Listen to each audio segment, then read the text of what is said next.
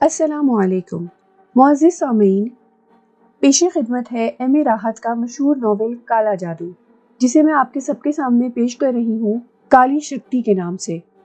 آپ سب سے گزارش ہے کہ میری ویڈیوز کو زیادہ سے زیادہ لائک اور شیئر کر کے میری حوصلہ افزائی کیجیے تاکہ اسی طرح اچھے اچھے ناول آپ کی خدمت میں پیش کر سکوں۔ میں ان ننھی ننھی آنکھوں کو دیکھ رہا تھا، سرخ چمکتی ہوئی آنکھیں جو بھوریا چرن کی آنکھیں تھیں۔ کوئی فرق نہیں تھا ان آنکھوں میں نفرت تھی، غصہ تھا، وہ لاکھوں آنکھوں سے مجھے گھور رہا تھا۔ مکڑیوں نے چھت سے رابطہ ختم کر دیا، وہ کود کود کر زمین پر آ گئیں۔ کیفیت یہ تھی کہ زمین میں ان کے منحوس جسموں سے ڈھک گئی تھی، تل دھرنے کی جگہ باقی نہیں رہی تھی۔ یہی نہیں، وہ دیواروں پر چڑھ گئی تھیں، کھڑکیوں اور دروازوں پر چڑھ گئی تھیں، پردوں پر نظر آ رہی تھی۔ ان کے ننھے ننھے منہ کھل رہے تھے، بند ہو رہے تھے، پردوں میں سوراخ ہونے لگے۔ دروازے کی لکڑیاں برادے کی شکل میں بکھرنے لگیں۔ وہ ہر شے کو کھا رہی تھیں، ہر چیز کو چاٹ رہی تھیں، اور میں انہیں دیکھ رہا تھا۔ میری آواز بند ہو گئی تھی، میرا بدن ساکت تھا۔ ایک بار جی میں آئی کہ انہیں ماروں، بدن کو جنبش دی، لیکن جسم مجھ سے واقع ہو گیا۔ اپنے اعضاء پر میرا قابو نہ رہا، مجھے بس سانس لینے کی اجازت تھی، سوچنے کی اجازت تھی، میں بدن نہیں ہلا سکتا تھا۔ تعویذ سے چاند خان تو بھوریا چرن سے محفوظ رہا تھا، لیکن اس شیطان سادھو کو مجھ پر مکمل اختیار تھا۔ وہ چاہتا تو یہ مکڑیاں دیگر چیزوں کو چھوڑ کر مجھ پر پل پڑتی، مجھے چاٹ جاتی، میرے بدن میں سوراخ کر کے اندر داخل ہو جاتی۔ میں انہیں نہیں روک سکتا تھا۔ بھوریا چرن یہ کام کسی بھی وقت کسی بھی شکل میں کر سکتا تھا، مگر اسے میری ضرورت تھی۔ وہ مجھے کوئی نقصان نہیں پہنچنے دیتا تھا۔ منظر بے حد بھیانک ہو چکا تھا۔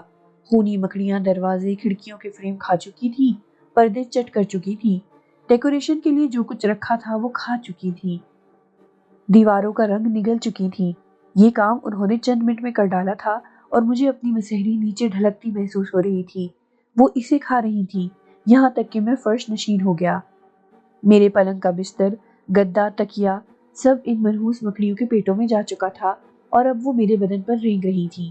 مجھے ان کی سرسراہٹیں صاف سنائی دے رہی تھی، وہ میرے پورے جسم پر چھا گئی تھی، میری ناک، میرے منہ، میری پلکوں سے گزر رہی تھی۔ میں چیخ نہیں سکتا تھا، میں انہیں خود پر سے جھٹک نہیں سکتا تھا، میں بے بس تھا، مفلوج تھا۔ دہشت سے میرا وجود اینٹ رہا تھا، مگر میں کچھ نہیں کر سکتا تھا۔ دماغی قوتیں اس سے زیادہ کیا ساتھ دے سکتی تھی؟ میں پے در پے پیش آنے والے ناقابل یقین واقعات سے دوچار ہو کر کتنا ہی پختہ کیوں نہ ہو گیا تھا، لیکن یہ دہشت ناک منظر میرے حواس چھیننے میں کامیاب ہو گیا، اور بالآخر خوف کی انتہا نے مجھے اس کربناک ہوش سے نجات دلا دی۔